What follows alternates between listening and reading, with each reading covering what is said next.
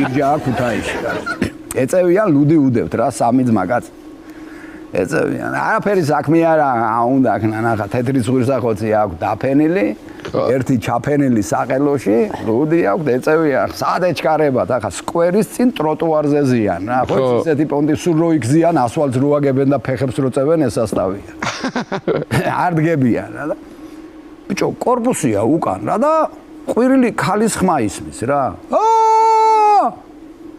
არმე ერთი წუთით სიგარეს ეძებ.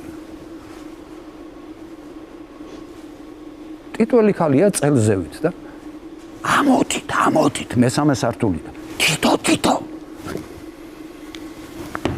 ჩაკრო ტიპმა და გამოხია, ეგრევე გადათვალა ასე სადარბაზო ევიდა და მიაჭირა ხელი ტირინ. ემზადა გეიღო ორმა ტიპმა, დეითრია, გადაკუზეს, კარაკი ამოუსვეს, უკნეს და გამოაგდეს. ვერც მიხვდადო.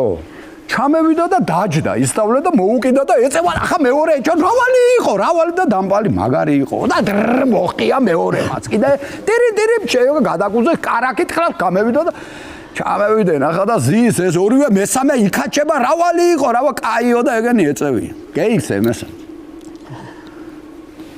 ვერ იღებენ ხმას.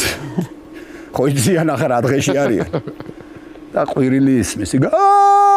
მესამე სართულიდან. მე მგონი კარაკი გოუთავდა.